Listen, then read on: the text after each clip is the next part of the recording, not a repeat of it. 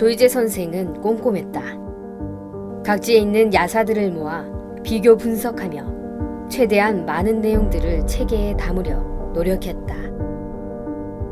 항일운동으로 잡혀간 의병들의 신문 기록뿐 아니라 법정에 직접 참석해가며 재판 과정까지 기록하려 했으니 염제아록 편찬에 얼마나 열성을 다했는지 알 수 있다. 조이제 선생은 값으로 치기 힘든 세월과 시간을 염제아록 편찬에 쏟아 부었던 것이다. 마침내 1934년 염제아록이 완성됐다. 일제 식민 지배 아래 선생처럼 야사를 쓰는 일은 목숨을 건 승부와 같았다. 때문에 이 일에 동참했던 사람들의 염려도 적지 않았다. 언제나 재앙의 빌미는 담장 안에서부터 비롯된다고 했습니다. 만에 하나라도 실수가 있을까 걱정될 따름입니다. 염제아록 편찬 전 발문을 부탁받은 고제 이병은이 선생에게 직접 보낸 서찰이다. 선생은 염제아록 편찬 사실을 숨겨야만 했다.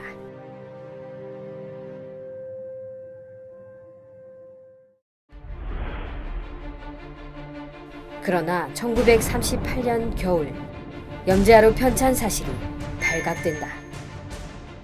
이 사실이 알려지자 일제경찰은 선생 집에 들이닥쳐 사랑채에 숨겨져 있던 모든 문집 등을 모조리 압수해갔다. 선생은 임실경찰서에 잡혀가 혹독한 고문을 당한다.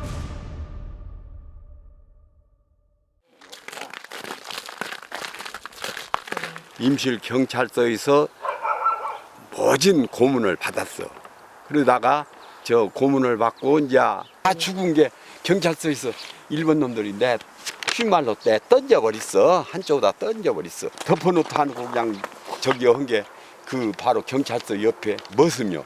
저 아침에 논밭에를 가니라고 이렇게 가니까 사람이 하나 경찰서 옆에 그냥 죽어져 있으니까 뜯을 보니까 얼굴이 익은 얼굴이야. 그러니까 주인한테 이 얘기를 했어. 이 앞에를 하니까 안듯한 분이 그렇게 죽어져 있더라. 많이 맞아가지고. 그러니까 그 김직현 씨 그 집안 누가 이제 나와 본 것이야. 보니까 한 사람이니까 바로 그 집 달구지로 해서 이렇게 싣고 온 거예요. 여기까지.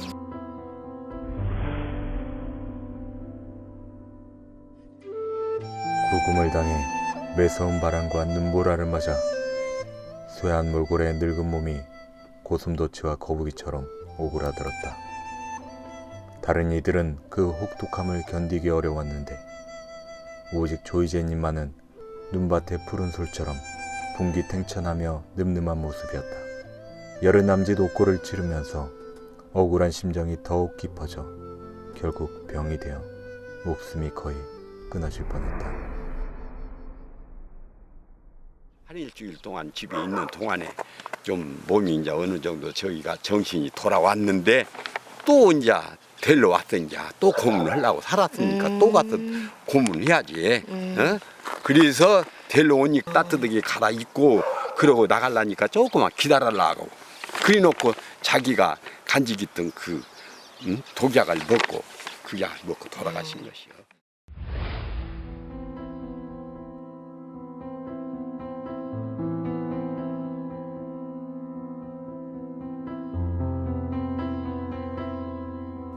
그렇게 염제 조이제 선생은 세상을 떠났다.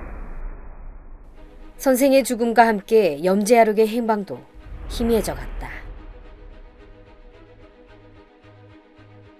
그러나 1950년 조이제의 첫째 아들 조형래의 이름으로 염제아록 석인본이 발행됐다. 어떻게 된 것일까? 염제아록 편찬 사실이 발각될까 염려하던 조이제 선생은 발각될 것을 예견이나 한 듯 만일의 사태에 대비했다.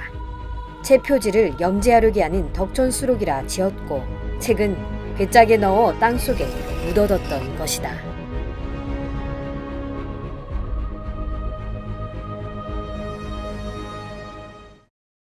비닐가 없은 게 한지나 이렇게 싸서 그래도 말의 밑에다 묻어야 불이 나더라도 안 타고 네. 또 습기도 덜 차. 네.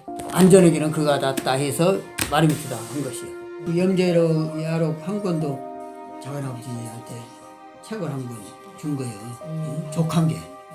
6.25 때 꽉 쥐고 다니면서 다른 건 그냥 버렸어도 그것은 안 버리고 항상 할아버지 그 요물이고 이런 기가 막히는 그 재료라 가지고 다니면서 6.25를 겪었어. 그래가지고 이제 이 일을 한다고 그러니까 손자 그 조현직이한테 그렇게 내가 작은아버지한테 한 권 있다고 그냥 바로 가서 좀 빌려달라고 할아버지 일 좀 하려고 그런다고 줬어. 그래가지고 그걸로 해서 세상에 공개가 된 거예요.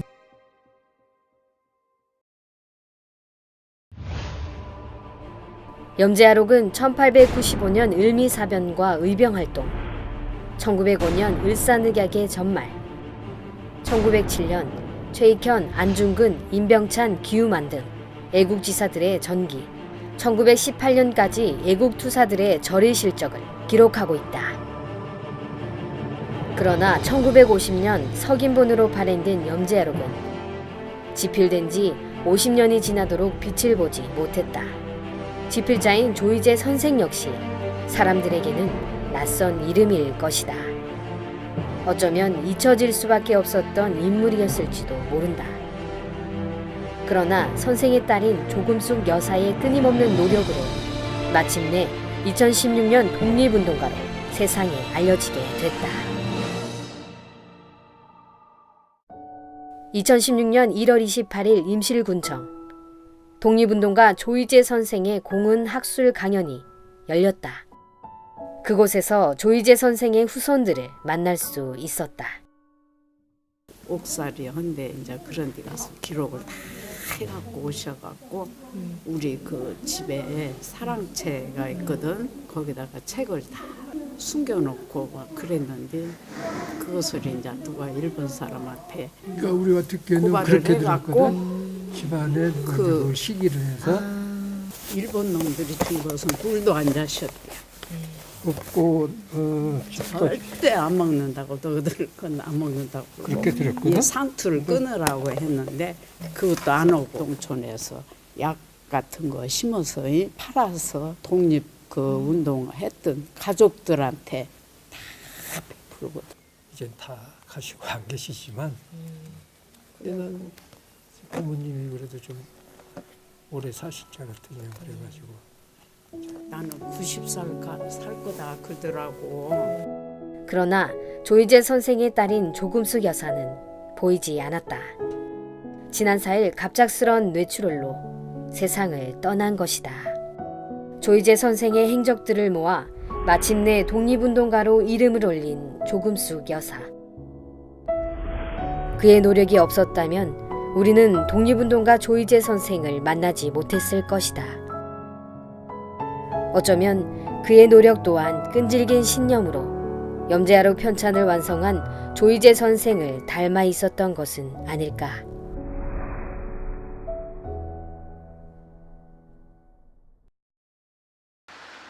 임실군 덕치면 해문리 절골 뒷산에는 독립운동가 조이제 선생의 묘비가 세워져 있다.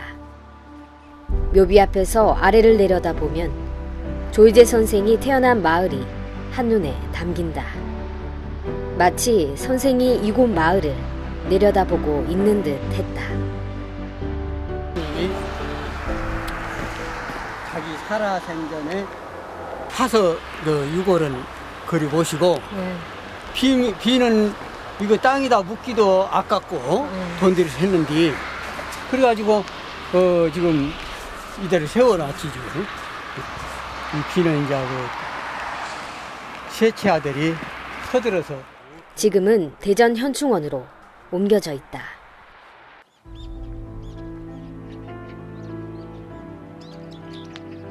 역사를 기록한다는 것은 기억하게 하기 위한 것이다. 기록은 우리들이 반드시 잊어서는 안 되는 사실들을 후대를 위해 남겨놓은 작업이다. 그 의미는 단순히 책 한 권을 뛰어넘어 시간과 시간을 이어주는 중요한 통로가 된다. 기록의 위대함을 다시 한번 보여준 염제 조이제 선생. 그가 목숨을 걸고 기록한 염제아록. 붓으로 지켜낸 구국에 대한 그의 신념이 오늘날 우리에게 큰 교훈이 되고 있다.